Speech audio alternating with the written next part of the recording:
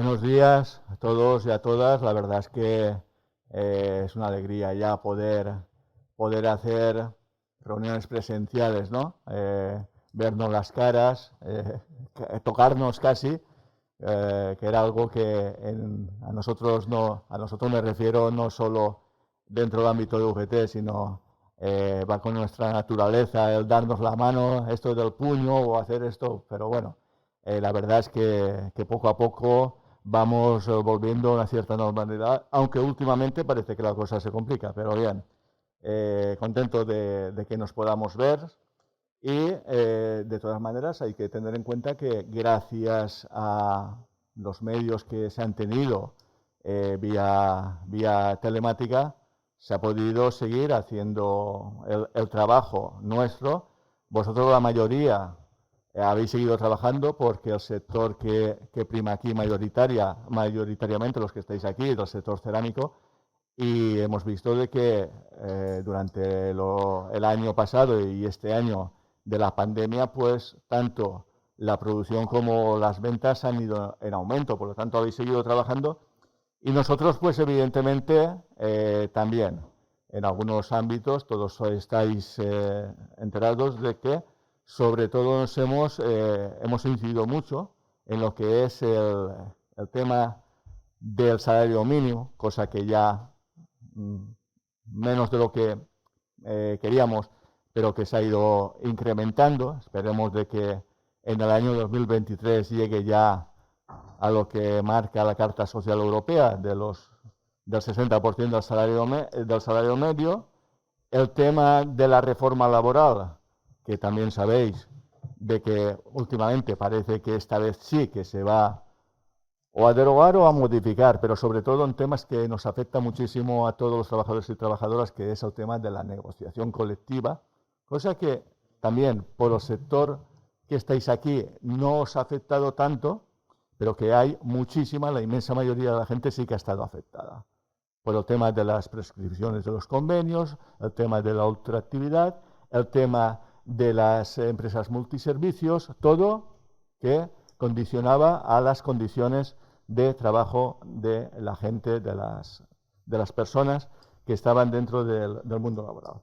Entonces, eso parece que ya está encaminado y por último os doy una noticia, una primicia, porque es de ayer, de que en el tema de pensiones, pues también era otra de las reivindicaciones de consolidar, garantizar el sistema de pensiones. Bueno, pues a fecha de ayer por la tarde ya se hizo digamos, el acuerdo, en este caso la patronal se salió, pero el acuerdo para garantizar el incremento de las pensiones y ese factor de equidad, lo que antes era el factor de sostenibilidad, cambiado por un factor de equidad, que se revisará, pues en principio, en el año 2033. Antes se verá, pero es por lo que habréis oído de la aportación que se va a hacer como, digamos, por parte de las cotizaciones, para subir las cotizaciones y así poder, de alguna manera, ir rellenando esa famosa hucha de pensiones que se vació, pero bueno, ir de alguna manera generando un fondo para garantizar el sistema de pensiones. Esto es de ayer, imagino que hoy en las noticias irá saliendo. Antes de pasar la jornada, que es realmente lo importante, sí que os quería comentar algo que yo creo que es, como mínimo, tan importante o más, que es, habréis oído de que el sábado que viene se va a realizar una manifestación en las 3 capitales de provincia de la Comunidad Valenciana, solo, en el resto de España no, aquí, por el tema de la financiación. Sabéis que la Comunidad Valenciana está infrafinanciada históricamente. Es algo de que esto repercute básicamente en los servicios públicos, en lo que es sanidad, educación, dependencia, y concretamente en la provincia de Castellón pues estamos doblemente perjudicados porque somos una provincia de que tenemos muchas deficiencias por la financiación o infrafinanciación que hemos sufrido no durante la financiación autonómica, sino incluso antes. Hemos sido una provincia que somos invisibles. El otro día me dijo una persona que éramos invisibles y le voy a tener que dar la razón. somos invisibles, no contamos. Y sin embargo hay que tener en cuenta que la provincia de Castellón, la aportación que se hace al PIB, tanto autonómico como estatal, pues bueno, per cápita estamos entre las 10 provincias que más aportan de España, entre las 10 provincias que más aportan. Sin embargo, recibimos, vamos a ver, si la Comunidad Valenciana es la peor financiada y dentro de la Comunidad Valenciana, pues Castellón es la peor, no sé, blanco y en botella, porque daros cuenta, aquí tenemos un riesgo, o sea, un problema muy grave, ¿no? Que es el tema de la despoblación. En la provincia de Castellón, más del 60% de los municipios están en riesgo de despoblación. Para evitar o, de alguna manera, mitigar ese tema, hay que invertir. Inversión no se ha hecho ninguna, nunca. Entonces, ahí hacen falta infraestructuras, hace falta carreteras. Las empresas, si no tienen, digamos, vías rápidas de conexión, no les interesa montar nada que después tenga problemas logísticos. Hace falta servicios sanitarios. Si una familia con esto del teletrabajo se quiere ir allí, pero resulta que los hijos no van a tener sitios para estudiar, si los centros de salud están a más de una hora, si para hacerse una resonancia, eso lo sabéis, una resonancia, una persona de Villafranca, que es donde hay una empresa, quiere hacerse una resonancia, tiene que venir a Castellón. O sea, es que hay tantas cosas que hacer, que bueno, que la única manera de que esto funcione es con inversión. Y con inversión justa, financiación justa. Es el lema de la manifestación del sábado, a la cual, evidentemente, os invito a que participéis y que lo difundáis, porque aquí estamos todos, mira, estamos todos los partidos políticos con representación, tanto en ayuntamientos como en el Consell, salvo Vox. Vox no participa. Estamos los sindicatos mayoritarios, UGT y comisiones y la patronal, la CEP. Entonces, aquí sí que es algo que estamos todos y que, porque evidentemente interesa a todos. Por lo tanto, ya os digo que, aparte de invitaros y a que participéis, pero también que lo difundáis y que el sábado en Castellón sea una manifestación multitudinaria conforme lo fue la primera que se hizo hace 4 años en Valencia. Ya voy a acabar solo decir de que, bueno, estas jornadas evidentemente son importantes porque la formación es importante, pero cuando es formación sobre la salud, la importancia se multiplica, ¿no? Y entonces esto, lo que es sobre el sílice, pues yo entiendo que es muy importante. Y conforme he dicho, la mayoría de los que estáis aquí sois de un sector donde el tema del sílice pues es bastante habitual, pero aparte pues bueno, aquí hay una cantidad de sectores donde el sílice está presente, bueno, en los áridos, lo que es la cerámica, la fundición, la siderometalúrgica, el vidrio, el cemento, la piedra natural, pinturas, plásticos, la industria del papel, o sea, una cantidad de sitios donde la gente a lo mejor incluso no es consciente, ¿no? Y lo que el sílice pues provoca enfermedades sobre todo de tipo respiratorio, y la enfermedad más conocida pues es lo que es la silicosis, una enfermedad pulmonar que es atribuible sobre todo a la inhalación del dióxido de silicio en forma cristalina. Esto puede provocar, pues lo que hemos dicho, silicosis crónica, aguda o acelerada. Y también puede provocar cualquier otro tipo de enfermedad como cáncer de pulmón, enfermedad renal, pérdida de función pulmonar, tuberculosis. O sea, es una cantidad de enfermedades que parece que no las relacionamos con el sílice, sin embargo, vemos de que sí, que está íntimamente ligada. Por lo tanto, yo creo que la jornada es súper importante, va a ser muy ilustrativa y, conforme he dicho a algunos, pues que es para vosotros, pero sobre todo para que trasladéis a la gente a la que representáis y de alguna manera intentar pues mitigar los efectos. De momento estamos hablando del sílice, pero tanto del sílice como de otros elementos que vayan surgiendo. Nada más, reitero lo mismo, bienvenidos. Tenía que haber empezado saludando pues a los presentes, a las ponentes. Tenemos a Marta Artero, tenemos a Sonia Martínez, Alejandro Patuel, Germán Belvis, Guillermo Forment, que todos, pues de alguna manera, os agradezco vuestra presencia, vuestra colaboración que vais a tener. Germán, bienvenido. Y nada más, vuelvo a reiterar, estoy contento de que volvamos a vernos y esperemos que continuemos en esta línea, no la de ahora, sino la que veníamos de bajada, y que volvamos a una normalidad plena, no a una cierta normalidad como estamos ahora. Nada, muchas gracias y a continuar.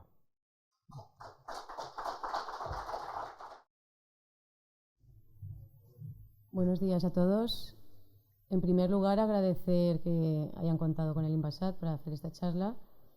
Y lo que yo os quiero presentar en este ratito que vamos a estar juntos, pues es, en primer lugar, ponernos en antecedentes legislativos, el por qué la problemática que viene ahora sobre la sílice libre cristalina, y luego exponeros un poquito los criterios que tenemos desde el Inbasat, conjuntos con la Inspección de Trabajo y Seguridad Social. No sé si sabéis que hemos publicado hace poquito una monografía, creo que fue en el mes de septiembre o en julio, ¿verdad? Ya se me pasó los meses. Sobre eso mismo, sobre los criterios a tener en cuenta cuando vamos a realizar visitas a empresas de diversos sectores donde nos encontramos la problemática de la sílice libre cristalina, ¿vale?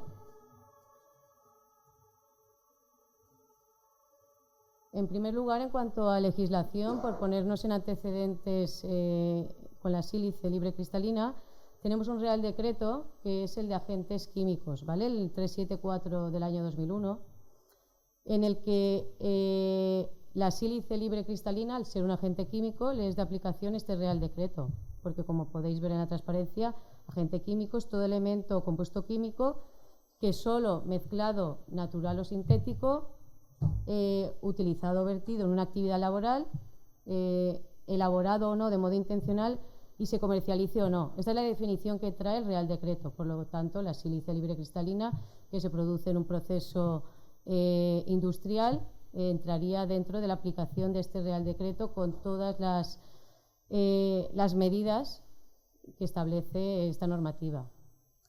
Y en segundo lugar, hay otro Real Decreto del año 97, que es el 665, ¿vale?, que es para agentes cancerígenos y mutágenos, ¿vale? Un agente cancerígeno o mutágeno, para que entre dentro de la aplicación de esta normativa, por definición tiene que estar clasificado como cancerígeno 1A o 1B según el reglamento europeo, ¿vale?, el reglamento CLP, o estar incluido dentro del anexo 1, que sería el caso de la sílice libre cristalina, como un proceso enumerado dentro de este anexo. Me adelanto, aquí lo veis, ¿vale? El 22 de diciembre de este año pasado, 2020, se amplió este anexo y en el punto 6 se añadió el ítem que veis aquí en la transparencia: trabajos que supongan exposición al polvo respirable de sílice cristalina generado en un proceso de trabajo. Entonces, ¿qué ocurre? Que aparte de ser agente químico, es agente químico cancerígeno, ¿vale? Todo proceso en el trabajo en el que se libere sílice cristalina, ¿vale? Y además, un poquito antes, se amplió el cuadro de enfermedades profesionales, que, como bien sabréis, el cuadro de enfermedades, una enfermedad profesional es aquella enfermedad que un trabajador desarrolla por ocasión del trabajo, y existe un cuadro en el que determinada sustancia produce determinada enfermedad. ¿Qué pasó? Que en mayo del 2018 se amplió este cuadro y se incluyó en el grupo 6 de cancerígenos como enfermedad profesional el cáncer de pulmón en trabajos expuestos a inhalación de polvo de sílice libre, ¿vale? Por un lado, ya se clasificó como enfermedad profesional esta sílice libre cristalina que da lugar a un cáncer, y por otro lado se añadió a la normativa de cancerígenos el pasado 22 de diciembre del 2020. Por tanto, tenemos aquí resumido las dos normativas de aplicación para poder trabajar expuestos a este contaminante. Además, en el Real Decreto 665 de cancerígenos se actualizó el anexo 3, estableciendo un valor límite ambiental, que ahora explicaré lo que es, para la sílice libre cristalina cuando se hacen mediciones, de 0,05 miligramos metro cúbico. Sí que es verdad que hay un periodo de transición hasta el 31 de diciembre de este año, en el que podemos aplicar un valor límite de 0,1, ¿vale? Miligramos metro cúbico, es decir, menos restrictivo. A partir del 1 de enero del año 2022 ya estaríamos en un valor más restrictivo de 0,05. ¿Qué es un valor límite de exposición ambiental? Pues bien, ahora veréis que por definición, os digo por definición porque ahora entraremos en el caso de la sílice. Por definición son valores de referencia para concentraciones de agentes químicos en el aire, ¿vale? En este caso serían 0,05 miligramos de sílice libre cristalina, que es en forma particulada, por un metro cúbico de aire. Representan condiciones en las que se cree, basándose en conocimientos actuales, que la mayoría de los trabajadores pueden estar expuestos durante toda su vida laboral sin sufrir efectos adversos para la salud. Pero ¿qué es lo que pasa? Que la sílice libre cristalina es cancerígena y hay muchos estudios en los que se determina, esto que veis aquí, que los agentes cancerígenos tienen un efecto estocástico. ¿Esto qué quiere decir? Que no hay una relación exposición-probabilidad, es decir, que el valor límite no me va a proteger de que yo pueda desarrollar, en este caso, la enfermedad de cáncer de pulmón. Y esto es muy importante que lo tengáis clarísimo. Así como con otros agentes químicos no cancerígenos, yo tengo un VLA y estoy protegiendo a la mayor parte de los trabajadores, con los cancerígenos no. Entonces os preguntaréis, ¿para qué me sirve un VLA en un cancerígeno? ¿Os habéis planteado, si realmente no me protege, para qué me puede servir un VLA en un cancerígeno? Pues para poder establecer medidas inmediatas y muchísimo más restrictivas y valores que no puedo superar en ningún momento. Sin embargo, por debajo de esos valores sigo teniendo que tener protección prácticamente del 100% al trabajador, porque una única exposición a un trabajador puede producirle la enfermedad, dependiendo de las características personales de ese trabajador.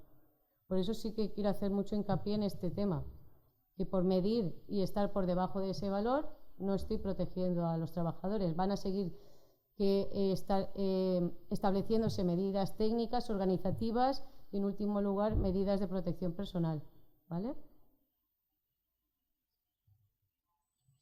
Esta imagen que os he puesto aquí es la monografía que os comentaba al principio, que la podéis consultar en la página del Inbasat, ¿vale? La que sacamos hace unos meses sobre los criterios a tener en cuenta, teniendo en cuenta la legislación aplicable a cancerígenos. Y luego hacemos un hincapié especial en la sílice libre cristalina por sectores. Pues tenemos el sector cerámico, sector de mármoles, sector de construcción, varios sectores que hemos ido estudiando para poder ver cómo aplicar en cada uno de los sectores las medidas higiénicas y de protección a los trabajadores que me establece ya esta legislación. ¿Veis? Aquí está lo que os decía, los límites de exposición adoptados para estas sustancias cancerígenas no se considera una garantía de protección para el trabajador, sino como unas referencias máximas para adoptar medidas de protección y control de ambiente. El riesgo de exposición por vía inhalatoria vinculado a un cancerígeno o mutágeno está asociado solamente a que exista presencia, ¿vale? Y ahora veremos esto de la presencia, cómo lo podemos interpretar. Tendríamos dos casos, como veis aquí en las transparencias. Por un lado tendríamos puestos de trabajo que están directamente involucrados con este agente. Allí siempre existe presencia, ¿vale? Es decir, si yo estoy trabajando con ese agente químico, con sílice libre cristalina, la presencia siempre existe. Medimos ¿para qué? Para valorar la exposición, para valorar en qué nivel estamos, ¿vale? Si hemos pasado esos valores límites que no son admisibles, no se pueden superar, o si estamos por debajo de esos valores límites y vamos poniendo medidas para ir bajándolos, pero sin dejar de tener en cuenta que hay que proteger igual al trabajador y hay que ir adoptando medidas, primero técnicas y organizativas y ya por último de protección del trabajador. Y luego tendríamos puestos o lugares de trabajo no involucrados directamente en que resulte probable la presencia. ¿Por qué? Porque estamos cerca de otro puesto involucrado y no está suficientemente separado de este puesto. Cuando se mida, o sea, en los que la presencia resulte posible, cabe la posibilidad de descartar la presencia si se mide y no se detecta, pero ese puesto no está involucrado. Creemos que puede estar contaminado por otra presencia de otro puesto cercano, pues ahí tenemos que medir, y si medimos y no detectamos, sí que podríamos descartar la presencia, ¿vale? Y luego adoptamos dos términos también en esta monografía que pueden ser un poco confusos, pero los voy a explicar muy fácilmente. Podemos tener en los puestos directamente involucrados, que sabemos que puede existir que existe presencia, podemos medir y vemos que detectamos el cancerígeno. Entonces ahí se le aplica todo el Real Decreto 665 de cancerígenos. Pero resulta que sabemos que existe la presencia, medimos y no detectamos. Seguiríamos teniendo presencia porque sabemos que está, pero no hemos detectado. ¿Por qué no hemos detectado? Pues porque los límites de detección o de cuantificación de laboratorio hoy en día no permiten detectar esa mínima presencia, porque resulta que a lo mejor este contaminante, la sílice libre cristalina, está presente a lo mejor en forma de salpicaduras en el trabajador porque se está trabajando en húmedo, y en el momento que esas salpicaduras se sequen volverán al medio ambiente, al ambiente respirable del trabajador, y en ese momento no lo hemos detectado, pero sigue habiendo presencia, aunque no lo detectamos, ¿vale? Para poder hacer este mapeo, lo que hay que tener muy en cuenta en una empresa es qué puestos tenemos en la empresa y qué material estamos trabajando en ese puesto, qué contaminantes tenemos. Y a partir de ahí ya empezamos a medir y podemos detectar si es una presencia sin detección o es que hemos medido, no hay presencia porque realmente en ese puesto no está ese contaminante ni le llegan de otros puestos porque ya los hemos aislado suficientemente, ¿vale? En el caso concreto, que es el más que da más controversia a nivel práctico, es la presencia sin detección. El nivel de exposición ya estaría situado en el nivel que dice la normativa tan bajo como sea técnicamente posible, ¿vale? Eso dice, hay que bajar el nivel de exposición a un contaminante al nivel tan bajo como sea técnicamente posible. Ya lo hemos bajado porque medimos y no detectamos. Entonces, dentro de los criterios que hemos establecido en el Inbasat es poder dar la opción en esos puestos de no usar obligatoriamente la protección respiratoria, porque ya hemos puesto medidas técnicas y organizativas para bajar ese nivel, y la única medida de protección del trabajador, en este caso la respiratoria, podíamos no ponerla obligatoria. Eso no quiere decir que la ofrezcamos a todos los trabajadores. Podríamos descartar el riesgo por contaminación, se tendría que valorar para cada caso particular, pero tendríamos que estar supeditados a mediciones periódicas de control mínimo al año. Las mediciones periódicas de control en un puesto en el que no detectamos pero sabemos que hay presencia son más, se realizan anualmente. Sin embargo, en las otras, que también nos lo pregunta mucha gente, se hacen mínimo cada 3 años. ¿Por qué? Porque en este caso en concreto ya estamos bajando obligaciones de medidas de protección respiratoria y obligaciones higiénicas. Entonces vamos a ver si durante cada año se mantiene esta situación, porque puede ser que este año estemos en la presencia sin detección y el año que viene midamos y detectamos. Y volvemos a aplicar otra vez todo el Real Decreto de cancerígenos. Medidas preventivas que os he puesto aquí, que están sacadas, o sea, es el criterio que tenemos, pero está sacado de la normativa también. Os he puesto en azul 2 puntos, es decir, si uno de estos 2 puntos se cumple, ya no estamos dentro del ámbito de aplicación de cancerígenos. Es decir, si sustituimos el agente cancerígeno por otro que no sea cancerígeno, ya no tenemos, en este caso es inviable, porque de momento la sílice libre cristalina tiene que estar en estos sectores. He dicho en estos sectores, pero estoy pensando a lo mejor más en cerámica. Pero en otros sectores sí que se puede sustituir algunos agentes por otros. Sistemas cerrados. Si yo consigo aislar ese producto cancerígeno en un sistema cerrado, un cancerígeno, para poner un ejemplo así, sería un laboratorio que tengo que manipular un cancerígeno y lo encierro dentro de una campana extractora y no sale de ahí. Entonces también estaríamos hablando de que ya estamos excluidos del ámbito de aplicación del Real Decreto.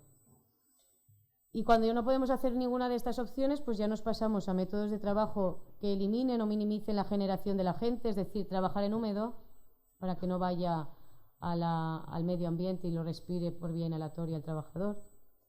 Disminuir velocidades de corte o de pulido, disminuir temperaturas en el proceso, herramientas portátiles que aporten agua.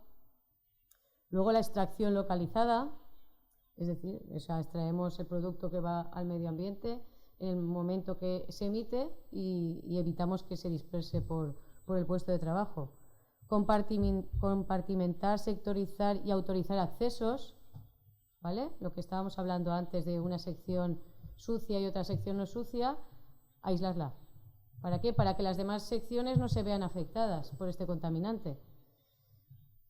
La limpieza siempre por aspiración o en húmedo, ¿vale? Es decir, prohibidísimo limpiar con escobas o similares que produzcan más producto al ambiente, ¿vale? En aspiración o en húmedo. Periódica y puntual, es decir, te encuentras empresas en los que está muy sucia, límpiala, pero es que si tampoco pones medidas para que no se ensucie, dentro de 3 días va a volver a estar igual. Es decir, sí, hay que limpiarla, pero primero piensa a ver qué medidas vas a poner para evitar esa pérdida de material en forma de polvo al ambiente.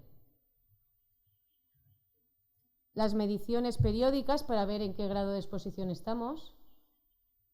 Los equipos de protección respiratoria, que ahora veremos. La formación y la información que hay que dar a los trabajadores expuestos en cuanto a este riesgo de exposición a sílice libre cristalina. Y la vigilancia de la salud, el protocolo que aplica, que ahora veremos.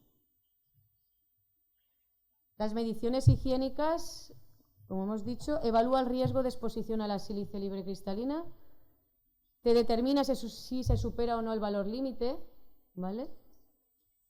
Es decir, por encima del valor límite sí que no se puede trabajar, ¿vale? Hay que poner medidas ya inmediatas, pero por debajo hay que ir bajando esas medidas y protegiendo al trabajador, lo que he repetido un montón de veces ya. Te permite mejorar o adoptar nuevas medidas para bajar la exposición. Te permite hay que realizar un mapeo por zonas de riesgo, que aparte de mediciones personales, se realicen también mediciones ambientales y podamos tener un mapeo de este caso de la empresa, por zonas de mayor riesgo o menor riesgo y poder ver también una evolución. Deber del titular del centro de informar de los resultados de las mediciones también a las empresas concurrentes, así como de qué medidas adoptar. Nos encontramos también con la causística, que supongo que luego hablará Marta, de las empresas que entran en otros centros donde hay exposición. La estrategia de mediciones, recomendamos la norma UNE 689-2019, que es la última actualización, para atmósferas en el lugar de trabajo, en la cual, en la presencia sin detección, haremos mediciones periódicas de control mínimo anuales para ver que realmente se sigue cumpliendo esta presencia sin detección. Hay que realizar 3 mediciones válidas por puesto de trabajo. No me vale con una medición y dentro de 7 meses otra medición, no. Hay que realizar mínimo 3 mediciones en el puesto de trabajo, a poder ser representativas. Con esto quiero decir que pues si hay varios turnos de trabajo, medir en varios de esos turnos en el mismo puesto de trabajo, en varios días donde las condiciones cambien y siempre en las condiciones más desfavorables, porque las favorables pues no nos dan tanta información. Queremos ver las más desfavorables. Y en la presencia con detección, como ya vamos a aplicar todo el Real Decreto de Cancerígenos, las mediciones periódicas serán mínimo cada 3 años, pero el mínimo cada 3 años no es lo que se acuerde en la empresa, sino que dependiendo de ese nivel frente al valor límite ambiental que hayamos obtenido, la norma UNE nos establecerá si es cada 3 años, cada 4, cada 5, ¿vale? También hay que hacer 3 mediciones por puesto. En esto nos encontramos mucho que sí que fallan las empresas a la hora de realizar mediciones representativas, porque ni hacen 3 ni son representativas muchas veces. Entonces ahí sí que hay que hacer hincapié, hay que mirar en el seno de la empresa dónde se va a medir, cuándo se va a medir, la estrategia de medición a fin de cuentas. La duración del muestreo, que también es una de las cuestiones que crean bastante discrepancia. Se recomienda medir toda la exposición, pero a veces es inviable. Toda la exposición, si estamos hablando de 3 turnos, pues podemos estar midiendo 24 horas, no. Medir toda la exposición si es menor a 4 horas o es variable, ¿vale? Cuando tenemos exposiciones uniformes y superiores a 4 horas, al menos 4 horas. Y a partir de ahí se hace también una estrategia de medición si estas 4 horas van a ser representativas. A lo mejor necesito 6, dependiendo también el volumen que desee captar, porque si capto un volumen muy pequeño y hago mediciones muy cortas, cuando llega al laboratorio, ¿qué pasará? No detecta. Claro, porque he cogido muy poco volumen. Entonces, dependiendo la bomba de muestreo, a qué caudal esté trabajando y el tiempo que esté midiendo, sacaré un volumen. Si yo saco un volumen muy bajito, no detectará. Entonces, ahí sí que hay que tener también cuidado con el volumen mínimo, ¿vale? Eso se hacen unos cálculos cuando se hacen las estrategias de muestreo, se hacen unos determinados cálculos para ver el volumen mínimo que necesito para el método del laboratorio. Cuando veo el volumen mínimo que necesito, veré el tiempo que tendré que medir, ¿vale? Son cálculos muy sencillos para realizar, pero hay que hacerlos. No vale, voy a medir 3 horas o 4, porque sí, no. Porque si no nos encontramos casos en los que no se detecta porque no he llegado al volumen mínimo para poder detectar. La protección respiratoria para estar expuesto al contaminante de sílice libre cristalina, primero de todo tiene que ser un equipo de protección individual, un EPI. Y en cuanto a partículas, sabéis que tenemos 3 tipos de protección, P3, P2 y P1, o cuando son autofiltrantes, FFP3, FFP2 o FFP1. Y aquí la mínima es, en este caso, la máxima para protección de partículas, que sería la 3. Llamaríamos FFP3 si es autofiltrante o P3 cuando son filtros intercambiables de máscaras o semimáscaras. Ropa de trabajo y vestuarios, que también hacíais preguntas sobre el tema de la ropa y demás. Lugares separados para guardar la ropa de protección y la de vestir. Por ejemplo, la doble taquilla, para que no se vea contaminada. Si yo llego de mi casa con la ropa de calle y me tengo que poner la ropa de trabajo, la ropa de calle la tendré que guardar en un sitio donde no se contamine, ¿vale? Y la ropa de trabajo contaminada irá, ahora veremos, a un recipiente o lugar donde me diga el empresario para proceder a su descontaminación. Que ese es el tercer punto, ahora hablaré del segundo. Dice, el empresario se responsabilizará siempre del lavado y descontaminación de la ropa de trabajo, importantísimo, quedando rigurosamente prohibido que los trabajadores se lleven la ropa a su casa para descontaminarla. Existe también la opción en algunos sectores o algunas empresas que entran de forma temporal a visitar empresas expuestas de utilizar monos de un solo uso, que debe desechar también el empresario, ¿vale? Como producto contaminado. Y el segundo punto, los trabajadores dispondrán dentro de la jornada laboral del tiempo necesario para su aseo personal, 10 minutos antes de la comida y otros 10 minutos máximo antes de abandonar el trabajo, ¿vale? Es lo que comentabais, que crea mucha discrepancia entre la empresa y los trabajadores. La formación, hemos dicho que ya aparte de que por legislación básica en prevención, en la ley de prevención ya el artículo 19 dice que hay que formar a todos los trabajadores en su puesto de trabajo. En el Real Decreto de Cancerígenos sí que te dice que tiene una formación suficiente y adecuada que incluya estos puntos que veis aquí. Riesgos potenciales para la salud, de este contaminante, riesgos adicionales debidos al consumo de tabaco, precauciones para prevenir la exposición, disposiciones en materia de higiene personal, la utilización y empleo de equipos y ropa de protección, consecuencias de la selección, utilización y empleo de equipos y ropa de protección y las medidas que deben adoptar los trabajadores, en particular el personal de intervención en caso de incidente y para prevención de incidentes. Esto es lo que dice el Real Decreto en cuanto a cancerígenos en general. Entonces, nosotros desde el Instituto lo que hicimos, lo que hicimos, porque nos lo pedíais mucho y demás, es establecer un temario tipo para la sílice cristalina, o sea, sílice libre cristalina, sílice cristalina respirable, ¿vale? Con los 5 puntos que veis ahí. Es decir, no deja de ser lo que me acaba de decir el Real Decreto de Cancerígenos, pero aplicado un poco a la sílice. Primero, ¿qué es la sílice cristalina respirable y cómo se clasifica? ¿Qué riesgos potenciales tiene para la salud? ¿Qué vías de penetración tiene? Riesgos potenciales para la salud relacionados con el polvo de sílice cristalina, incluidos los del tabaco. Aspectos relativos a la vigilancia de la salud. Luego hablar un poquito de la legislación que hemos comentado, del Real Decreto de Cancerígenos y los valores límite. Los productos que contienen sílice cristalina y los que pueden llevar fichas de datos de seguridad si se comercializan como productos peligrosos. El control del polvo respirable, es decir, las mediciones.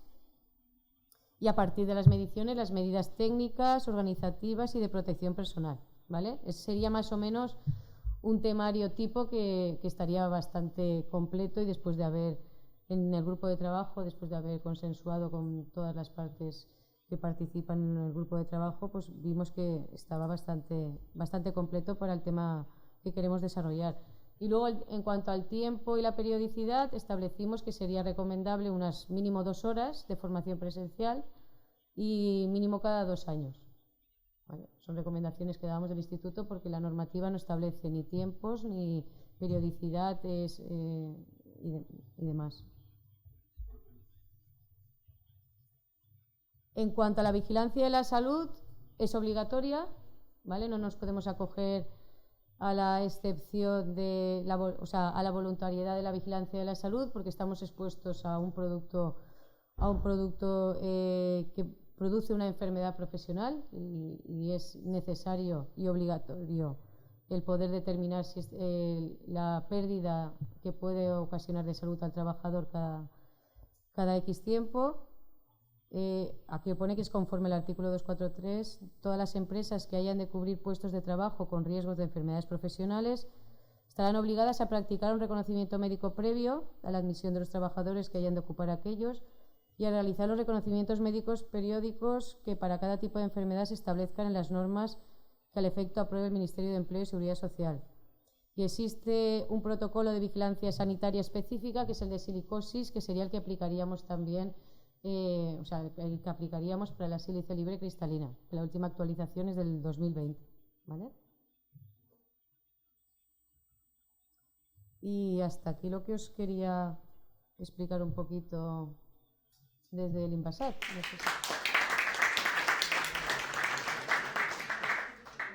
Pues buenos días. En primer lugar, quería agradecer la oportunidad de estar aquí hoy para hablar sobre este tema. Sin más dilación, voy a pasar a hacer una pequeña introducción.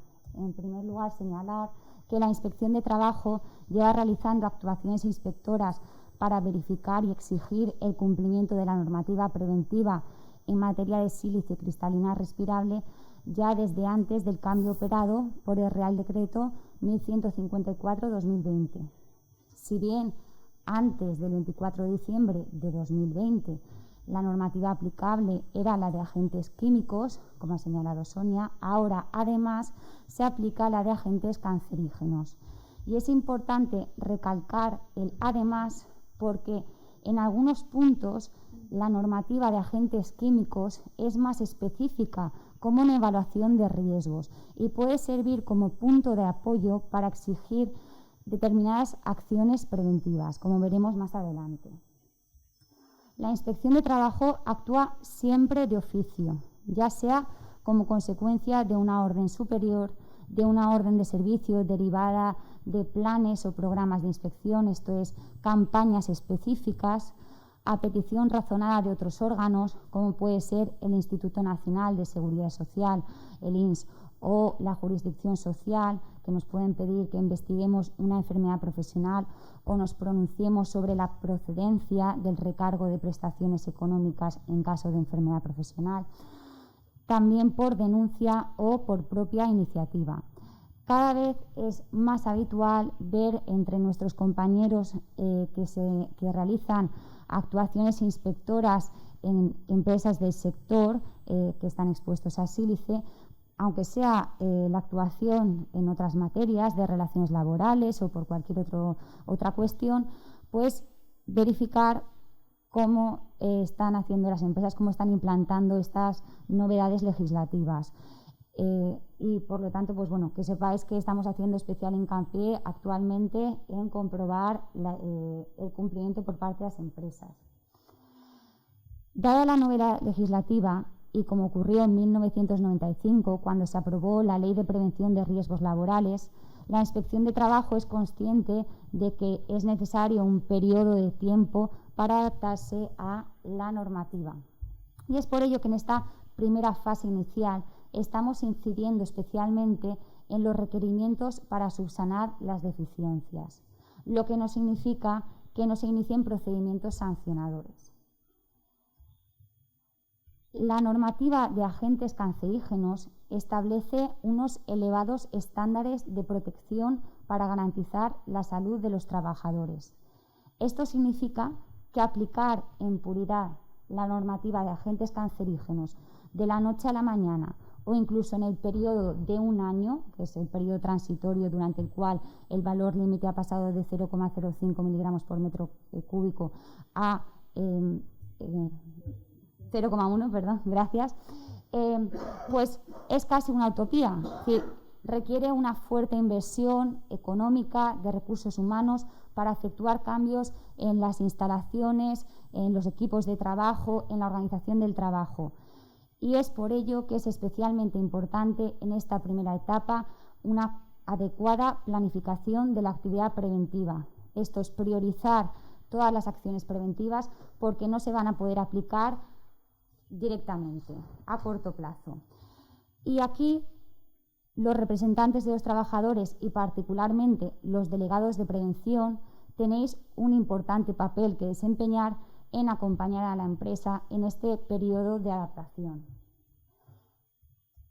Cabe hacer referencia a la creación por parte de Inbasat en septiembre de 2021 del grupo de trabajo de la sílice cristalina respirable en el sector de la cerámica.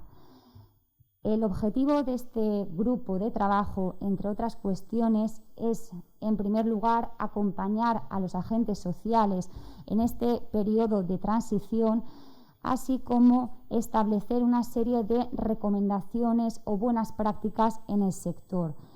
Entre los agentes sociales pues encontramos al Inbasat, que coordina y dirige el grupo, y a la propia UGT, a representantes de asociaciones empresariales, algunos de los cuales están aquí hoy, también a un servicio de prevención ajeno con amplia implantación en el sector de la cerámica y también por nuestra parte la Inspección de Trabajo está presente.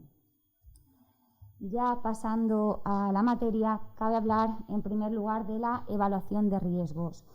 La evaluación de riesgos es fundamental, es el punto inicial desde el cual va a venir toda la restante acción preventiva de la empresa. Por lo tanto, una evaluación de riesgos deficiente se va a trasladar a todo el resto de la actuación preventiva de la empresa, así que es importante que esté bien efectuada. Dentro de la evaluación de riesgos, necesariamente se van a realizar mediciones.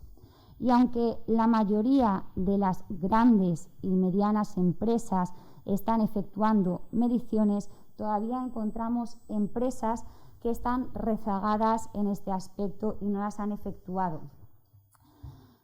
La Inspección de Trabajo al final acaba conociendo estas cuestiones y pues toma medidas, ¿no? En una ocasión nos llegó un informe de la policía local de un municipio expresando que había polvo en las afueras de un centro de trabajo que consistía en un almacén de carga y descarga de arena y tierras con contenido en sílice. Como consecuencia, fuimos a efectuar la correspondiente visita de inspección, comprobar las medidas preventivas aplicadas y se requirió la presentación de la evaluación de riesgos y entre ellas las mediciones, encontrando que la empresa no tenía efectuadas estas mediciones. Se requirió su realización, lo cual se hizo. No obstante, se inició procedimiento sancionador, porque se entiende que, pues bueno, estamos en el punto inicial, no puede ser que a día de hoy siga habiendo empresas que no dispongan de estas mediciones. En otros casos, lo que ocurre es que, aunque sí que se efectúan mediciones, no se miden todos los puestos. A veces, pues, se asocia la realización de esas mediciones a aquellos puestos de trabajo pues considerados sucios o contaminados, ¿no? Como puede ser prensas, hornos, esmaltados, rectificación, clasificación, y sin embargo se olvidan de otros puestos de trabajo como puede ser el almacén o las oficinas. Y para determinar si es necesario o no, como ya ha apuntado Sonia, es importante ver cuáles son las condiciones de la instalación. Habrá que ver si estamos ante una nave abierta, si hay barreras físicas, esto es paramentos verticales, puertas, cortinas de aire, etc. Y a este aspecto cabe hacer referencia al apartado cuarto de la monografía del Inbasat, que especifica pues aquellos puestos de trabajo a los que es aplicable el reglamento de agentes cancerígenos y todas las consecuencias. Otra problemática que nos encontramos es que algunos puestos de trabajo externalizados, como puede ser la limpieza industrial o el mantenimiento, pues no son objeto de mediciones.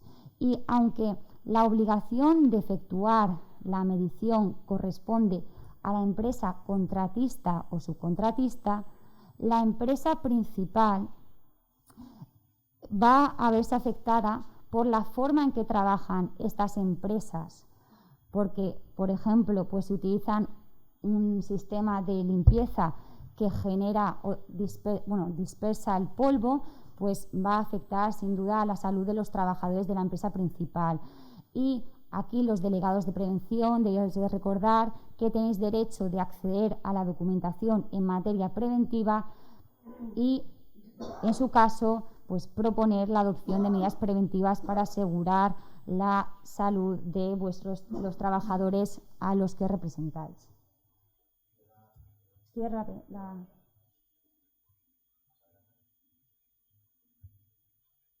Perfecto.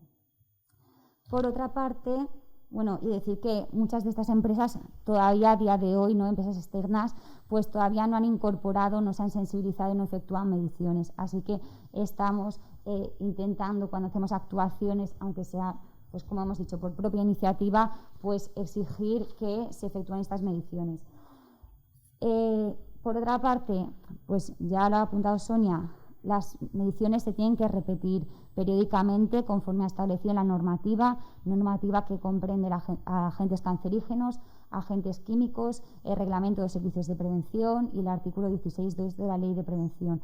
También hay que estar a lo que establezcan los informes del técnico o la técnico especialista en higiene industrial. Y creo que uno de los puntos más interesantes en el tema de las mediciones es la representatividad.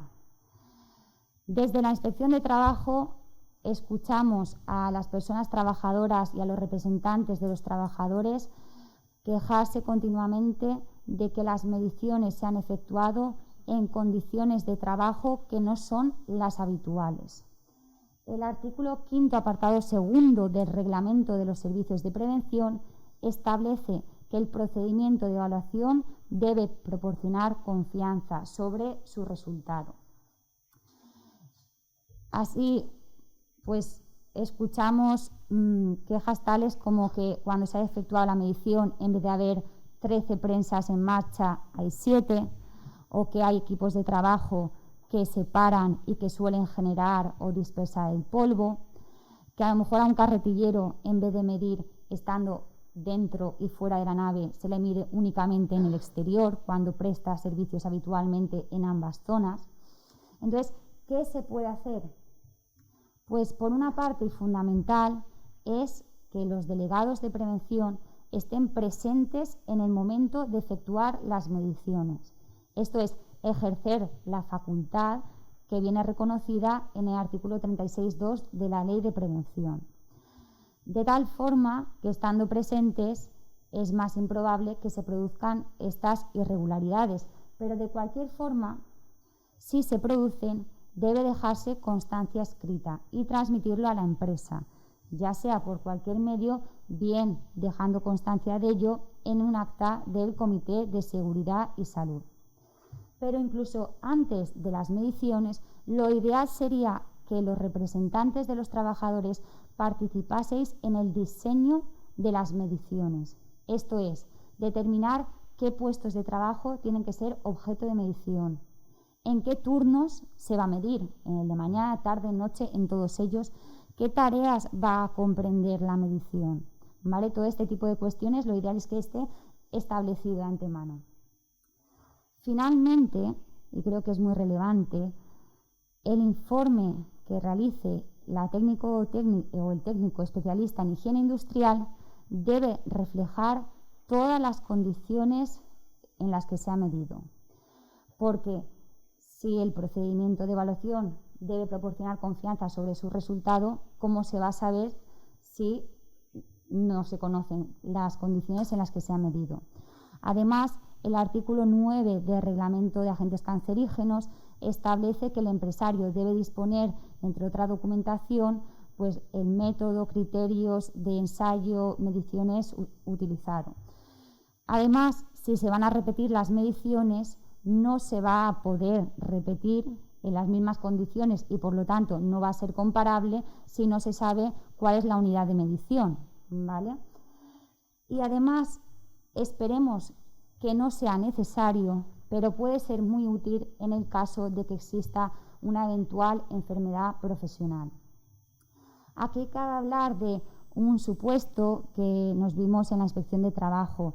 Hace unos años tuvimos que investigar una enfermedad profesional de un trabajador que falleció por asbestosis. En este supuesto, ya sé que estamos aquí en el tema de la sílice, pero bueno, creo que es interesante hacer mención al mismo. En este caso, había que determinar si la enfermedad tenía origen profesional o no. Esto es, si había estado expuesto al amianto y si además la empresa había adoptado las medidas preventivas preceptivas. Pues, entre otros elementos de prueba, se utilizó el informe de las mediciones efectuada en uno de los trabajos de amianto, en el que, aunque no hablaba directamente del trabajador fallecido, pues decía cuestiones tales como: el corte de la tubería de fibrocemento de tales dimensiones se realiza con radial, sin aportación de agua al mismo. Según me comunican los trabajadores, ahora esta tarea se realiza de forma esporádica, 1 o 2 veces al año. Se estima que la duración es de tantos minutos. Durante la realización del corte se desprende gran cantidad de polvo y fibras y además, pues como hemos dicho, identifica a trabajadores que pueden servir de testigos, también identifica los EPIs que estaban siendo utilizados. Por lo tanto, repito, esperemos que no tengamos que llevar al punto de que tengamos que investigar enfermedades profesionales, pero siempre podría ser útil. Dicho esto, y finalmente, cabe destacar que la evaluación de riesgos debe contener las mediciones, pero no pueden limitarse a las mediciones. La evaluación de riesgos es mucho más. Y el artículo 3 del Reglamento de Agentes Químicos es más específico, porque viene a decir que hay que analizar y considerar conjuntamente pues, elementos tales como las cantidades de agente, el tipo, duración, el nivel de exposición, otros factores determinantes, condiciones de trabajo, que hay que medir todas las tareas, incluyendo el mantenimiento, la reparación. Dicho esto, vamos a pasar ya a hablar un poco de las medidas preventivas. En primer lugar, creo que es muy importante el que las medidas preventivas deben ser concretas, hay que individualizar. Nos encontramos informes de especialistas en higiene industrial que proponen medidas tales como adoptar las medidas aplicables previstas en el Real Decreto 665 del 97. Decir esto es como no decir nada. Hay que determinar las tareas, los equipos de trabajo, las condiciones de los centros de trabajo sobre las que hay que actuar. Esto es, hay que concretar. Y si el servicio de prevención ajeno no lo hace, lo deberá hacer la empresa junto con los delegados de prevención, ¿vale? Porque ya sabéis que el artículo 14, apartado 4 de la Ley de Prevención establece que las obligaciones del empresario no se ven eximidas por el hecho de que recurra a entidades especializadas como es un servicio de prevención ajeno. Por lo tanto, es muy importante individualizar. Por lo tanto, pasar de medidas preventivas generales a concretas, como por ejemplo, cuando se dice instalar extracción localizada o en su defecto general, ¿qué podríamos decir? Pues instalar una extracción localizada en el cambio de altura de la cinta de transporte de la máquina X, ¿vale? Si nos dicen diseñar los procedimientos y métodos de trabajo más adecuados, pues quizás podría decirse estudiar y en caso de que sea posible técnicamente instalar un sistema de aporte de agua en la máquina rectificadora tal, ¿vale? Y bueno, recordaros que aquí tenéis los delegados de prevención y las delegadas de prevención, pues un papel muy importante en esta materia porque conocéis al dedillo las instalaciones, los focos de contaminación y podéis hacer aportaciones que a lo mejor sean mucho más específicas que las que pueda proporcionar una técnica o un técnico en una rápida visita por el centro, ¿vale? Por otra parte, ya hemos adelantado que aplicar en puridad el reglamento de agentes cancerígenos de la noche a la mañana es casi imposible, al menos a corto plazo. Y, por lo tanto, va a ser fundamental priorizar. ¿En qué cuestiones nos podemos fijar para priorizar? Pues lo más importante, en primer lugar, es determinar todos los puestos de trabajo sobre los que hay que actuar y determinar cuál es el riesgo respecto de cada uno de ellos y las medidas preventivas que se pueden adoptar. También es interesante tener en cuenta la peligrosidad del agente. No es lo mismo que el agente lleve sin verse afectado químicamente hablando desde hace mucho que desde hace poco. Cuando está recién fracturado, la peligrosidad es mayor.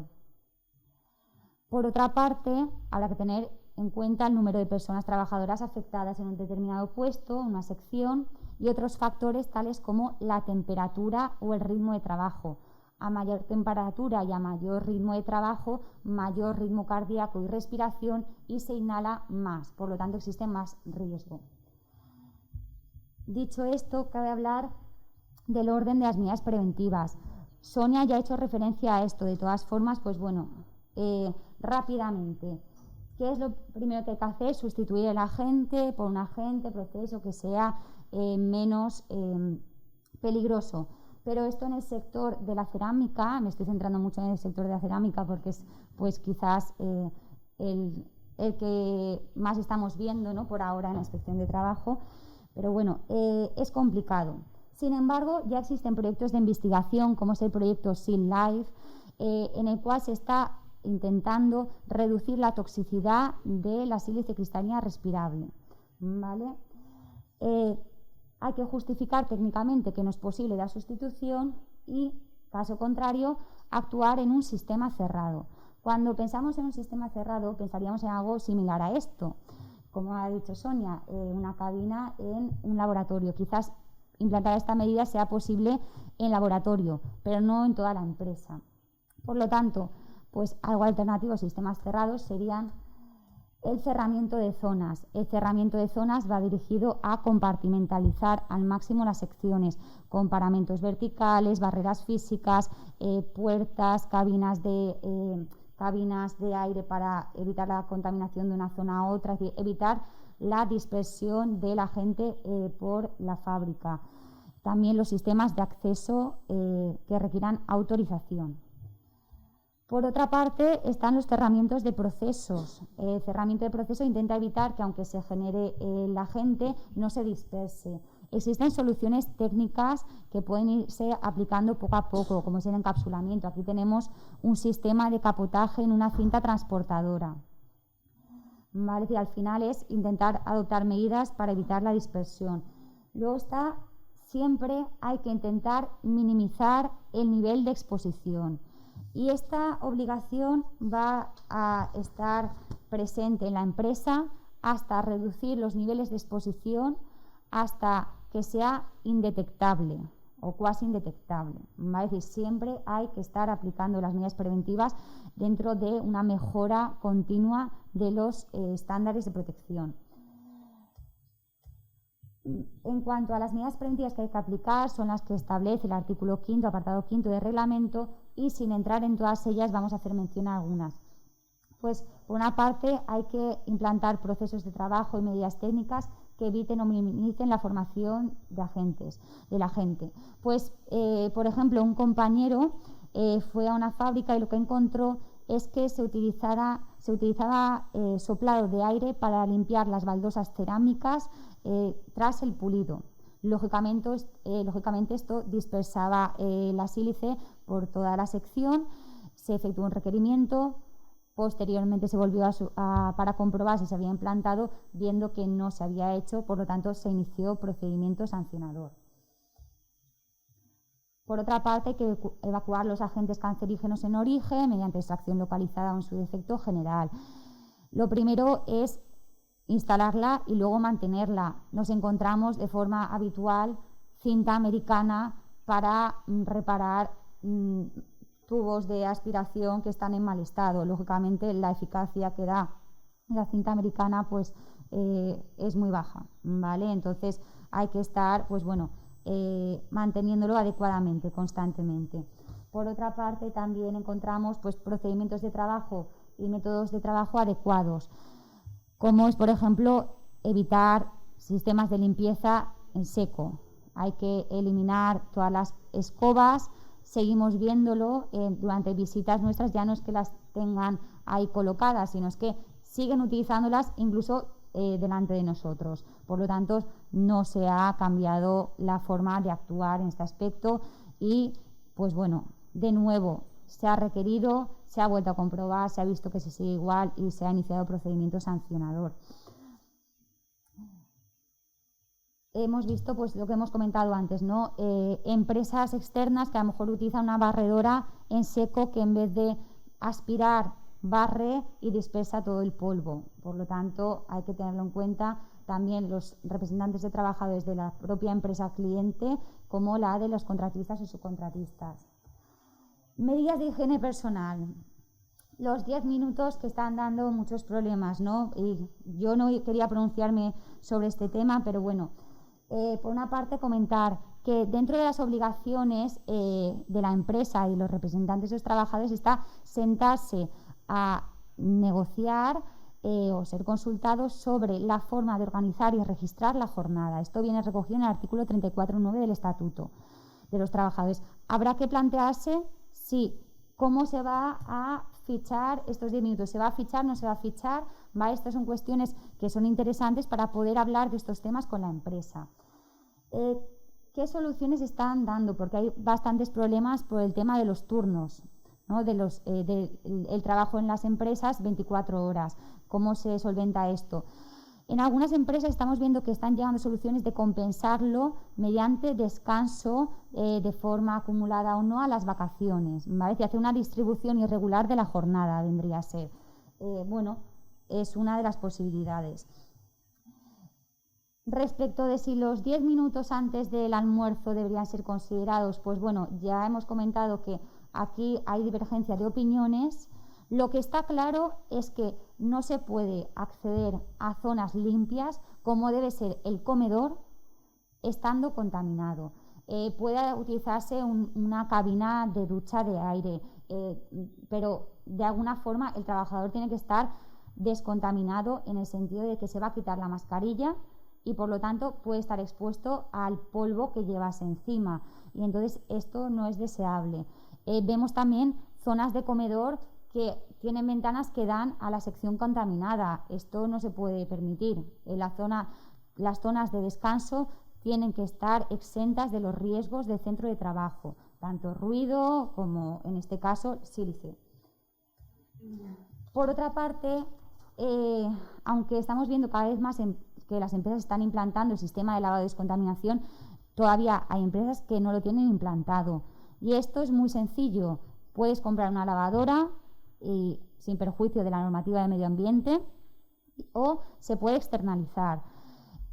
Desde la inspección vemos que es una actuación muy sencilla, requerimos que la empresa lo implante y es que en una semana puede estar hecho, ¿vale? Y efectivamente nos lo acreditan, que en cuestión de días tiene el presupuesto aceptado y en una semana está funcionando el sistema, ¿vale? Así que lo dicho, es una medida preventiva muy fácil de aplicar.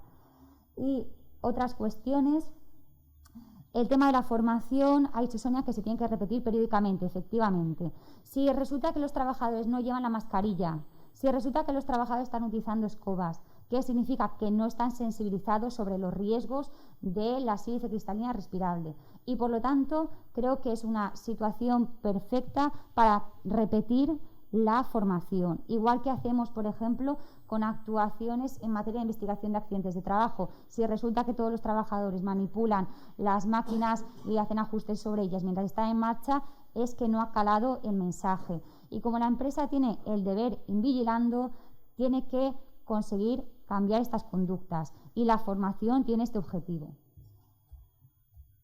La vigilancia de salud, a este respecto, pues ya ha dicho Sonia que es obligatoria.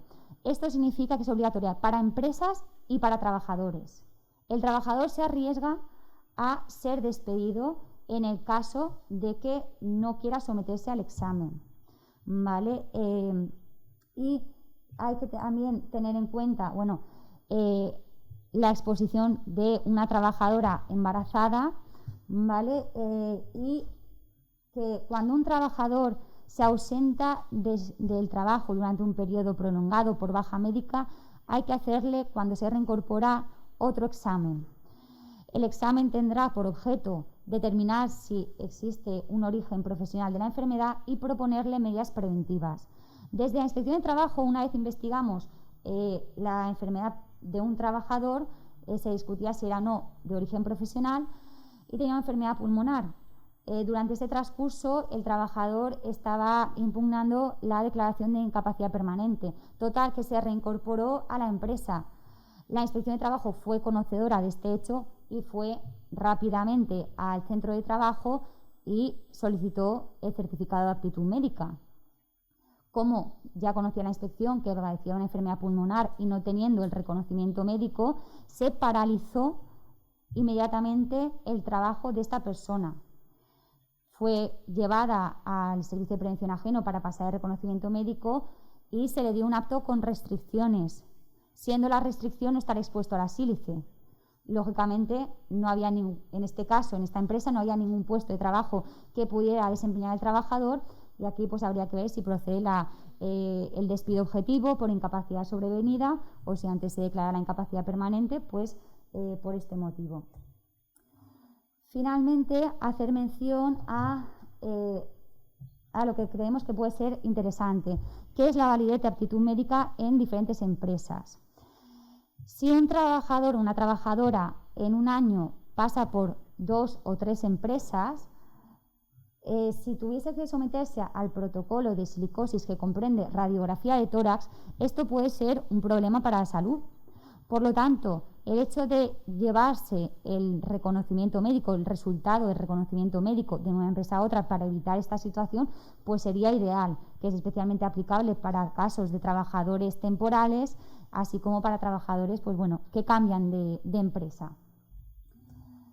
Finalmente, hacer mención a que como estamos ante un agente cancerígeno, en el caso de que se superasen los niveles de exposición, podría dar lugar a la paralización de trabajos por riesgo grave e inminente. Es decir, hay que aplicar la normativa para evitar este tipo de situaciones. Finalmente, expresaros que tenéis las guías técnicas del Instituto Nacional de Seguridad y Salud en el Trabajo, de agentes químicos, agentes cancerígenos, y creo que es especialmente interesante que en el apéndice primero de la Guía Técnica de Agentes Cancerígenos hay un cuestionario para identificar riesgos o incumplimientos normativos, que es una especie de checklist que permite determinar si la empresa está aplicando las medidas preventivas. Creo que puede ser una buena herramienta para vosotros.